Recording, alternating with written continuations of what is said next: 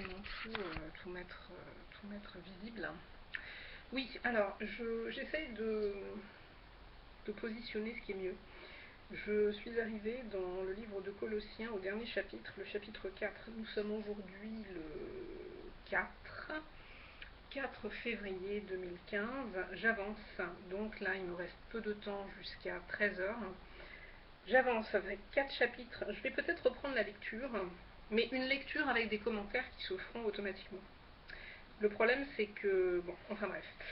Allez, hop, Colossiens chapitre 4. Maître, accordez à vos serviteurs ce qui est juste et équitable, sachant que vous aussi, vous avez un maître dans le ciel. Ça peut être intéressant de rappeler aux gens qui dominent et qui ont effectivement des subalternes qu'ils ont également un maître au-dessus d'eux qui se trouve dans le ciel. Persévérer dans la prière. Alors ça c'est très important. 4.2, je le note en annexe. Donc, et j'écris persévérer dans la prière. Ok.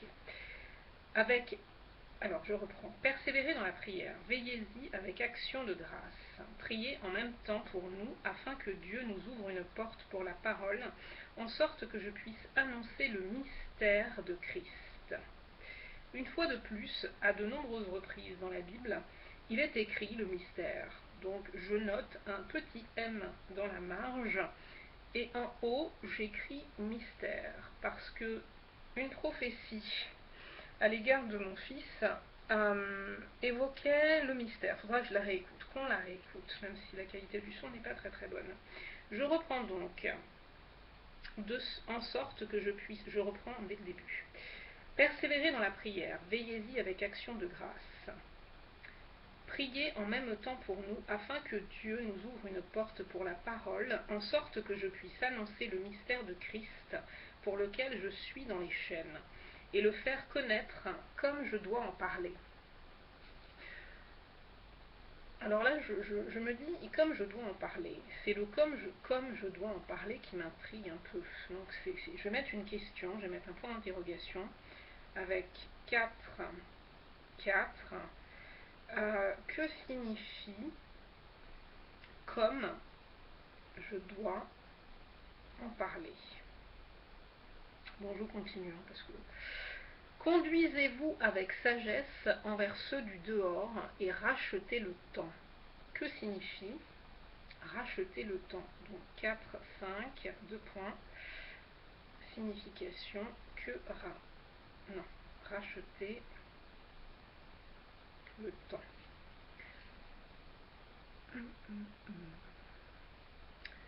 Donc verset 6 du chapitre 4, que votre parole soit toujours accompagnée de grâce, assaisonnée de sel, afin que vous sachiez comment il faut répondre à chacun. Alors j'avais mis un point d'interrogation dans la marge, donc je pense que c'est au sujet du sel. Le sel, là en même temps, comment il faut répondre, je pense à l'esprit, mais je vais le noter. Donc 4, verset 6. Quelle est la signification de parole accompagnée de sel? Donc accompagnée de grâce, assaisonnée de sel. Voilà, je reprends, assaisonnée de, et là je suis arrivée à la fin de mon petit papier, donc je suis bien embêtée. Assaisonnée de sel. Alors, me reste-t-il un petit papier? Oui, je pense que j'en avais découpé là dernièrement, donc j'espère que je vais vite mettre la main dessus, parce que là, ça tourne, et c'est vrai que quand le temps passe, c'est un stress supplémentaire.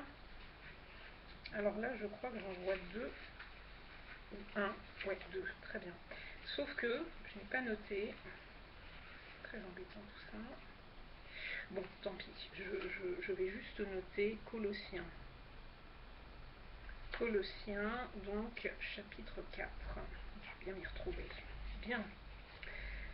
Tychik, le bien-aimé frère et fidèle ministre, mon compagnon de service dans le Seigneur, vous communiquera tout ce qui me concerne.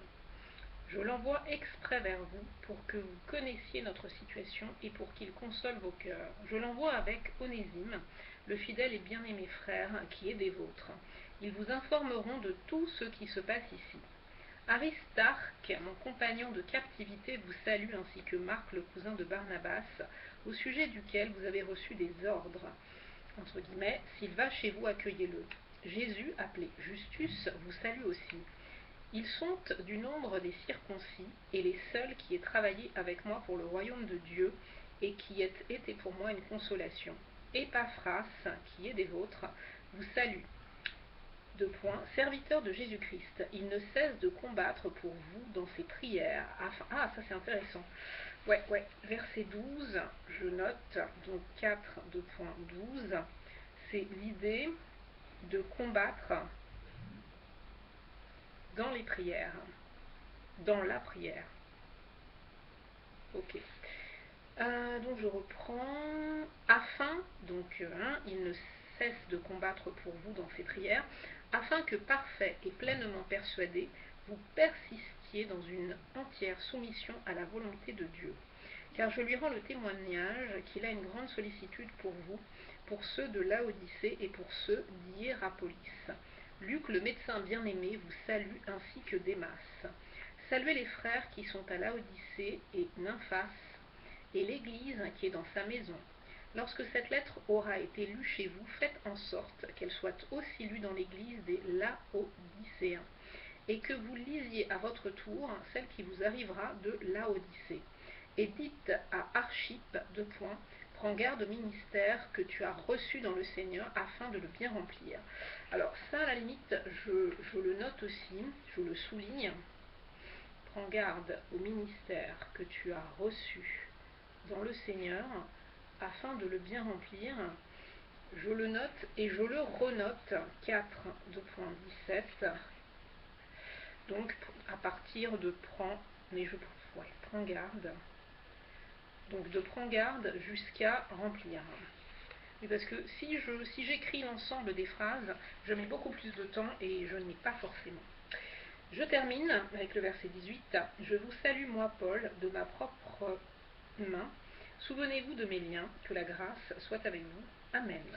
Et on passe au premier épître de Paul aux Thessaloniciens.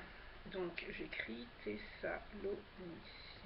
Tac, tac. Ok, donc il faut que j'en lise 3. Donc chapitre 1.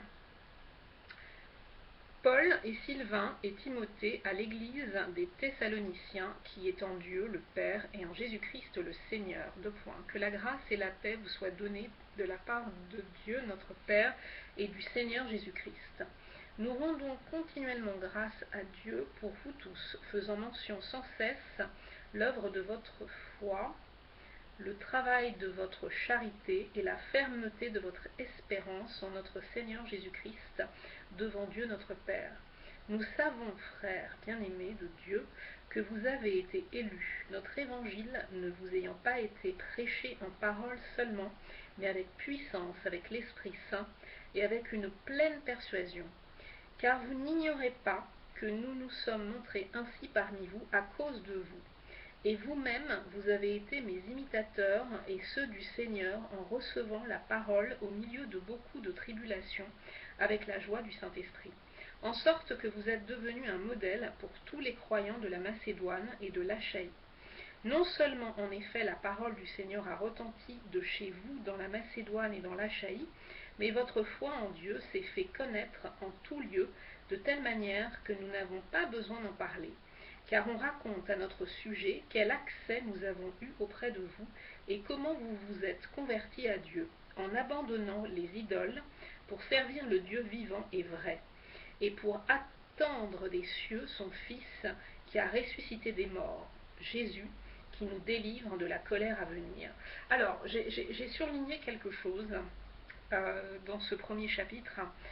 J'ai souligné le mot charité dans le verset 3, la fermeté de votre espérance, donc la charité et la fermeté de l'espérance comme étant des choses mentionnées pour les Thessaloniciens.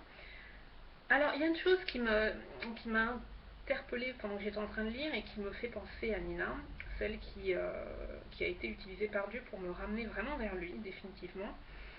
En fait, l'attitude que l'on peut adopter à un moment donné avec certaines personnes n'est pas anodine et elle est là parce que justement, peut-être Dieu veut vraiment appeler ces personnes-là et qu'il faut se comporter d'une certaine manière. Bon, voilà, j'ai juste pensé à ça et je le précise.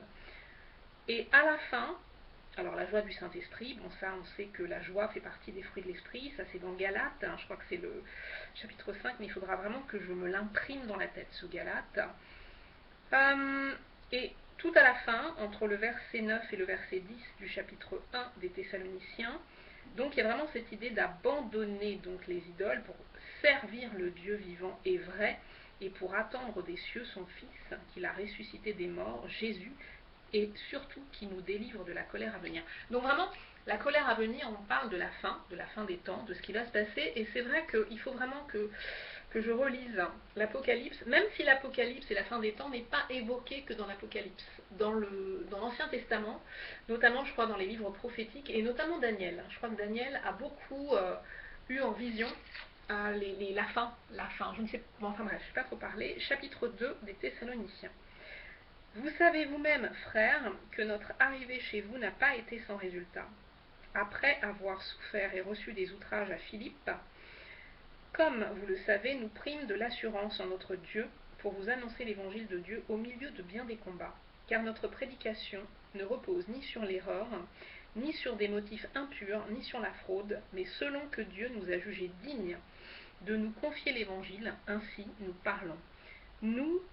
Ainsi nous parlons, virgule, non comme pour plaire à des hommes, mais pour plaire à Dieu qui sonde nos cœurs. Alors, vraiment, l'idée alors, c'est très ambivalent pour moi. C'est très ambivalent. Alors, c'est vrai qu'on n'est pas là pour plaire aux hommes dans le sens homme charnel, moi je dirais. Parce qu'après, l'idée c'est quand même d'aimer son prochain. Mais il ne faut pas forcément... Bon, je vais pas faire trop de commentaires, mais ouais, stop, on va s'arrêter là. Parce que là, j'ai vraiment pas le temps, je suis stressée par le temps. Il est 12h48 et il faut que je parte à 13h. Allez, on avance. Donc, je suis toujours dans le chapitre 2, verset 5. Jamais, en effet, nous n'avons usé de paroles flatteuses, comme vous le savez. Jamais nous n'avons eu la cupidité pour mobile. Ça, je l'ai souligné. Donc, je note verset 5, 1. 5, pas cupidité, c'est ça, ça prend trop de temps quand on prend des notes, pas de cupidité comme mobile. Ok, Dieu en est témoin. Nous n'avons point cherché la gloire qui vient des hommes, ni de vous, alors ça je note 1, verset 6, ni de vous ni des autres, nous aurions pu nous produire, non je pense que c'est jusqu'à homme, ça suffit, de nous, mais voilà, ça me prend du temps d'écrire, de nous jusqu'à homme. Ensuite, ni de vous ni des autres, nous aurions pu nous produire avec autorité comme apôtres de Christ, mais nous avons été pleins de douceur au milieu de vous. De même qu'une nourrice prend un tendre soin de ses enfants. Nous aurions voulu, dans notre vive affection pour vous, non seulement vous donner l'évangile de Dieu, mais encore nos propres vies, tant vous nous étiez devenus chers. Non, 1, 2, 3, 4. Verset 9. Vous vous rappelez, frères, notre travail et notre peine, nuit et jour à l'œuvre, pour n'être à charge à aucun de vous. Nous vous avons prêché l'évangile de Dieu. Point.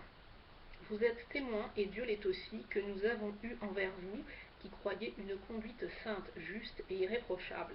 Vous savez aussi que nous avons été pour chacun de vous ce qu'un père est pour ses enfants, vous exhortant, vous consolant, vous conjurant de marcher d'une manière digne de Dieu, qui vous appelle à son royaume et à sa gloire. Là, je ne prends pas de notes, je continue parce qu'il est 12h50. Verset 13. Mais il y a des choses à noter là. Ouais, mais ça m'ennuie parce que, bon, enfin bref. C'est pourquoi nous rendons continuellement grâces à Dieu de ce qu'en recevant la parole de Dieu que nous vous avons fait entendre, vous l'avez reçue non comme la parole des hommes, mais ainsi qu'elle l'est véritablement, comme la parole de Dieu qui agit en vous, qui croyez. Ça par contre, je ne l'ai pas souligné et je le...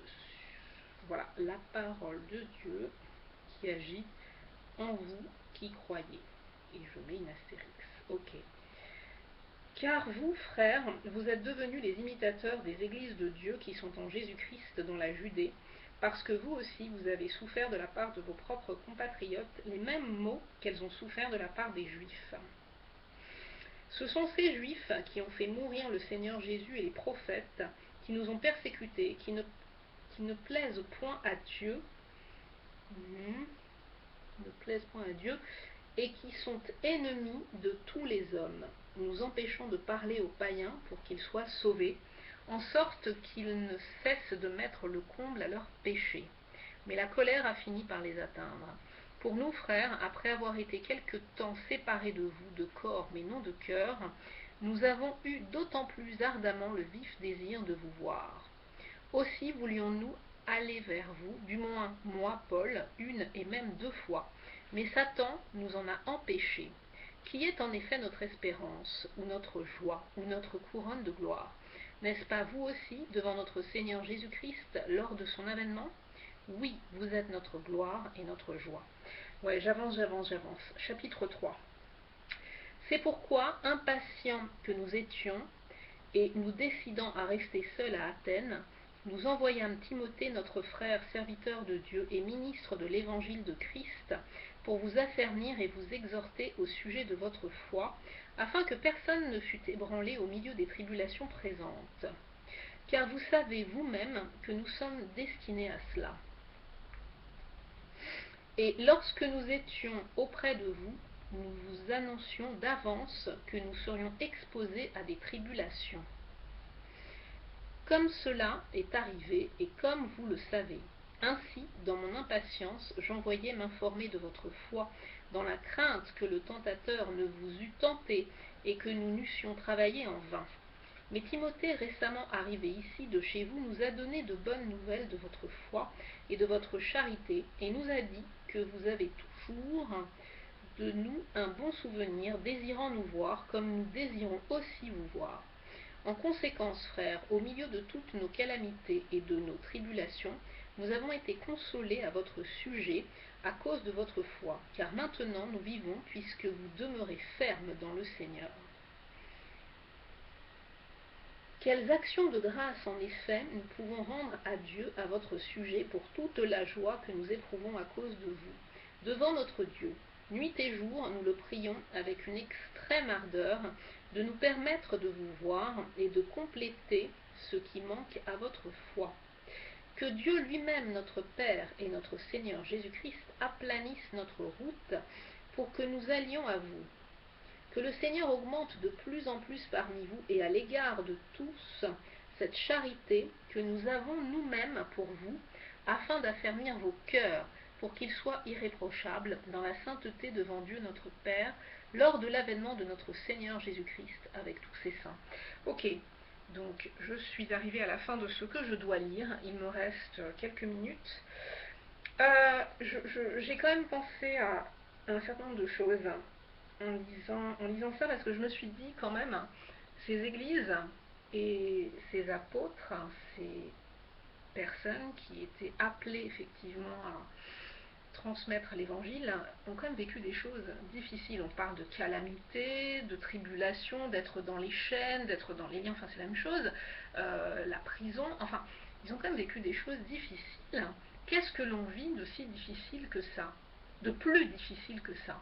Alors, les temps sont différents, on vit tous des affermissements divers et variés. Moi, je rends des gloires encore au Seigneur tout à l'heure, parce que j'ai cru comprendre en lui posant la question, mais je vais redemander, parce que je doute toujours que ce soit vraiment sa voix que j'entende, et pas la mienne, ou celle de l'ennemi, ou celle du monde. Mais j'ai cru comprendre qu'il m'a mis à part, et qu'il m'a mis à part. Là par contre je vais vraiment demander de préciser pour que je prenne le temps de lire sa parole et vraiment de l'intégrer. Alors, là c'est vrai que je vais avoir du temps. Je ne crois pas du tout que la ville de Paris va pouvoir me proposer un nouvel essai de reclassement professionnel au mois de mars. Il n'y a que 2 sessions dans l'année, mars et septembre, tout simplement parce que j'ai zappé la visite médicale qui aurait dû se faire en décembre, et que bien qu'en m'étant déplacée le jour même où je m'en suis rendu compte au lieu-dit pour m'excuser et pour demander à être à nouveau convoquée, à ce jour, début décembre, début janvier, début février, ça fait 2 mois, je ne suis toujours pas reconvoquée.